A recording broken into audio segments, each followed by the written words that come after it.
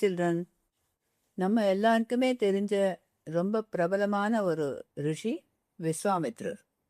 இவர் ராமாயணத்தில் நிறைய இடத்துல வர, முக்கியமாக தசரதர்கிட்ட வந்து ராமனையும் லக்ஷ்மணனையும் என்னோட அனுப்பு, அங்கே காட்டில் நாங்கள்லாம் தபஸ் பண்ண முடியாமல், ஹோமம் யாகம்லாம் பண்ண முடியாமல் இந்த ராட்சசாலாம் ரொம்ப டிஸ்டர்ப் பண்ணுறா, அவளை யுத்தம் பண்ணி அழிக்கணும், அதனால என்னோட அனுப்புன்னு அழிச்சுட்டு போகிறார்.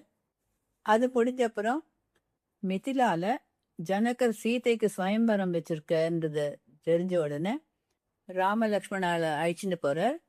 அங்கே அந்த வில்லை முறிச்சுட்டு ராமர் சீதையை கல்யாணம் பண்ணிக்கிறார். சீதா கல்யாணத்தை விஸ்வாமித்திரர் தான் நடத்தி வைக்கிறார். இவர் பிறக்கும் போதே ரிஷியா பிறக்கல, பிராமண குலத்தில் பிறக்கல. இவர் க்ஷத்ரிய குலத்தில் பிறந்தவர், காதிங்கிற ஒரு ராஜாவோட பிள்ளை. அந்த சமயத்தில் இவன் பேர் கௌசிகன். இந்த கௌசிகன் எல்லா விதமான சாஸ்திரங்களும் படித்தான். வில் வித்தை, வாள், போர் இது எல்லாத்தையும் கற்றுண்டான். அவன் அடிக்கடி காட்டில் போய் வேட்டையாடிட்டு வருவான். ஒரு சமயம் அவன் ஆயிரக்கணக்கில் படை வீரர்களெல்லாம் கூட அழிச்சுட்டு ஹண்டிங்காக, வேட்டையாடுறதுக்காக போகிறான். அவன் ரொம்ப தூரம் அந்த காட்டுக்குள்ளே போயிட்டான். டென்ஸ் ஃபாரஸ்ட்டில் உள்ளுக்குள்ளே போனதில் அவனோட படை வீரர்களுக்கெல்லாம் பசி தாகமெல்லாம் உண்டாச்சு. களைப்பாகவும் இருந்தது, டயர்டாகவும் இருந்தது. அதனால எங்கேயான ஒரு ஏரி, நதி அந்த மாதிரி தண்ணி இருக்கிற இடம் கிடைக்குமான்னு பார்க்குறான். ஏதான பழங்கள் இருக்கிற மரம் இருக்குமான்னு பார்க்குறான். அந்த மாதிரி அவன் தேடிகிட்டே இருக்கும்போது கொஞ்சம் தூரத்தில் அவனுக்கு வேத மந்திரங்களோட ஒலி கேட்குறது. அதோட யாகங்கள் பண்ணுற அந்த ஸ்மோக், அந்த புகையும் பார்க்குறான். கிட்டக்க போன அப்புறம் தெரியறது அது பிரம்ம ரிஷி வசிஷ்டரோட ஆசிரமம்னு தெரிஞ்சுக்கிறான். ஆனால் அவன் நினைக்கிறான், இது ஒரு ரிஷியோட ஆசிரமம், இங்கே இந்த மாதிரி ஆயிரக்கணக்கான படை வீரர்களோடு போய் நின்னோம்னா அவரால் மேனேஜ் பண்ண முடியாது, வேற எங்கேயான சாப்பாடு கிடைக்குமான்னு பார்க்கலான்னு அவன் திரும்பி போக நினைக்கிறான். அப்போ வசிஷ்டரே அங்கே வந்து அவன் எல்லாரையும் இன்வைட் பண்ணுறாரு. நீங்கள் எல்லாரும் உள்ளே வந்து சாப்பாடு சாப்பிட்டுட்டு ரெஸ்ட் எடுத்துட்டு போகலாம் அப்படின்ற. உடனே கௌசிகன் அவர்கிட்ட, நான் தனி ஒத்தனா வரல, என்னோட ஆயிரக்கணக்கில் படை வீரர்கள்லாம் வந்திருக்கா, அதனால் இவ்வளோ பேருக்கும் சாப்பாடு கொடுக்கறதுக்கு உங்களால் முடியாது அப்படின்னு அவன் சொல்கிறான். அதுக்கு வசிஷ்டர் சொல்ற, அதெல்லாம் ஒன்றும் கஷ்டம் இல்லை, எல்லாரும் வாங்கன்னு கூப்பிட்டுன்னு போகிற. எல்லாரும் உள்ளே போய் உட்காந்துக்கிறான். கொஞ்ச நேரத்திலேயே பார்த்துட்டே இருக்கும்போது ஒரு பெரிய ஃபீஸ்ட், விருந்தே தயாராகிடுது. உங்களுக்கெல்லாம் புரிகிற மாதிரி சொல்லணும்னா, இப்போ இந்த காலத்தில் ஒரு பெரிய கல்யாண ரிசப்ஷனுக்கு போகிறோம்னா அங்கே வந்து நிறைய கொடையாக போட்டு வச்சுருப்பா, பார்த்துருக்கியா? பேரசால்ஸ்னு பேர் போட்டு, அதன் கீழே ஒன்று கீழே மெக்சிகன், இன்னொன்றுல சைனீஸ், இன்னொன்றுல இட்டாலியன், இன்னொன்றுல நார்த் இந்தியன், இன்னொன்றுல சவுத் இந்தியன் ஐட்டம்ஸ், இன்னொரு இடத்துல ஸ்வீட் டிஷ்ஷஸ், அப்படி தனித்தனியாக வச்சுருப்பா. பூஃபே ஸ்டைலில் எல்லாரும் எடுத்துப்பா.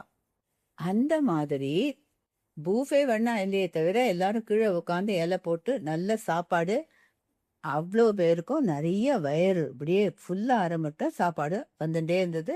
எல்லாரும் நன்னா சாப்பிட்டான். கௌசிகனுக்கு ஒரே ஆச்சரியமாக போச்சு. சர்ப்ரைஸ்டாக ஆயிட்டான், ஷாக்காகவே ஆயிட்டான். எப்படி ஒரு ரிஷியோட ஆசிரமத்தில் இத்தனை ப்ரிப்பரேஷன்ஸ் பண்ண முடியுதுன்னு அவன் அப்படியே வியப்பாயிட்டு அவனுக்கு. அதை அவன் பொறுக்க முடியாமல் அவர்கிட்டே கேட்குறான், வசிஷ்டரே எப்படி எப்படி நீங்கள் மேனேஜ் பண்ணீங்கன்னு கேட்டால் அவர் சொல்கிற, என்கிட்ட ஒரு பசு இருக்குது, ஒரு காமதேனு மாதிரி ஒரு தேவதை, அந்த பசுவை நான் காமிக்கிறேன் பாருங்க அப்படின்னு உள்ளே அழைச்சிட்டு போய் காமிக்கிறார். இதோ இந்த பசு பேர் க்ஷபலான்னு பேர், இவ காமதேனு மாதிரியே தான். இவர்கிட்ட நான் தியானம் பண்ணி எதை கேட்டாலும், சாப்பாடு மாத்திரம் இல்லை, எத்தனை பேருக்கு வேணாலும் துணிமணி வஸ்திரம் எதை கேட்டாலும் கொடுக்கும் அப்படிங்கிற. கௌசிகன் அதை கேட்டுட்டு, சரி ரொம்ப தேங்க்ஸு, இந்த ஷபலாக்கும் தேங்க்ஸு, எங்களுக்கெல்லாம் ரொம்ப சந்தோஷமாக இருக்குது, நாங்கள் போயிட்டு வரோம் அப்படின்னு போகணுமா இல்லையா? அது பண்ணாமல் ரொம்ப ஜெலஸாக ஃபீல் பண்ணுறான். ரொம்ப பொறாமை, ஒரு எரிச்சல், கிரீட், பேராசை இதெல்லாம் வளர்ந்துட்டே போகிறது. அவரை பார்த்து, வசிஷ்டரே, இந்த க்ஷபலா பசுவை நான் என்னோட பேலஸ்க்கு அழைச்சின்னு போட்டுமா, எடுத்துன்னு போட்டுமா அப்படிங்கிறான். அதுக்கு அவர் சொல்கிறார், அது மாத்திரம் முடியாது, அதெல்லாம் நான் கொடுக்க முடியாது அப்படிங்கிறது. ஏன் அப்படின்னா, அதுக்கு அவர் சொல்கிறார், இந்த பசுவால் தான் இந்த ஆசிரமத்தில் டெய்லி நடக்கிற யாகம், ஹோமம், அந்த மாதிரி ரிச்சுவல்ஸ், அந்த மாதிரி சடங்குகளுக்கெல்லாம் வேண்டிய இன்க்ரீடியன்ஸ், அந்த சாமகிரியெல்லாம் கிடைக்கிறது. நெய், பால், தயிர், அரிசி, பருப்பு, பிரசாதங்கள் இதெல்லாமும், அதோடு இங்கே இருக்கிற அத்தனை ரிஷிகுமாரர்களையும் மனைவிகளையும் இதுதான் காப்பாற்றிட்டு வருது. அதனால் அதை கொடுக்கறது கஷ்டம் அப்படின்னு சொல்லிட்டார். கௌசிகனுக்கு வந்தது கோபம். எல்லா படை வீரர்களையும் திரட்டிண்டு இந்த ஆசிரமத்தையும் ஆசிரமத்தில் இருக்கிறவாளையும் அட்டாக் பண்ணி ஒரேடியாக அடித்து ஃபைட் பண்ணி அந்த க்ஷபலா இப்போவே நான் எடுத்துன்னு போகிறேன் பாருன்னு சண்டை போட ஆரம்பிச்சிட்டான். வசிஷ்டர் க்ஷபலா கிட்ட தியானம் பண்ணினத்தில் அது இன்டர்நேஷ்னல் லெவலில் வெளி தேசத்துலேருந்து நிறைய ஆர்வி மென்னெல்லாம் எடுத்துன்னு வந்து ஒரே நிமிஷத்தில் கௌசிகனோட அத்தனை போர் வீரர்களையும் அடித்து தள்ளி நொறுக்கிடுத்து. கௌசிகனோட படை கம்ப்ளீட்டாக டிஃபீட் ஆயிடுத்து. இப்போது கௌசிகனுக்கு வசிஷ்டர்கிட்ட ரொம்ப தீராத பகை வந்துடுத்து. எப்படியாவது அவர்கிட்ட தன்னோட பழி தீர்க்கணும், வெஞ்சன்ஸ் எடுத்துக்கணும், பழிக்கு பழி எதான பண்ணணும். எப்படி பண்ணுறது? படை வீரர்கள் வழியாகவும் பண்ண முடியல. அப்போ ஒரே வழி, அவரை மாதிரியே நானும் பிரம்ம ரிஷி ஆகணும்.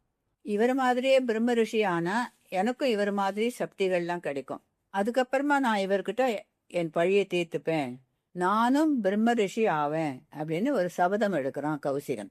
உடனே பேலஸ்க்கு போயிட்டு அந்த பிரின்ஸ்லி லைஃபோட ஜுவல்ஸ் அதெல்லாத்தையும் எடுத்து போட்டுட்டு ஒரு தபஸ்வி மாதிரி ஆகி ஒரு மலைகளில் போய் குகைகளில் போய் உக்காந்து தபஸ் பண்ண ஆரம்பிக்கிறான்.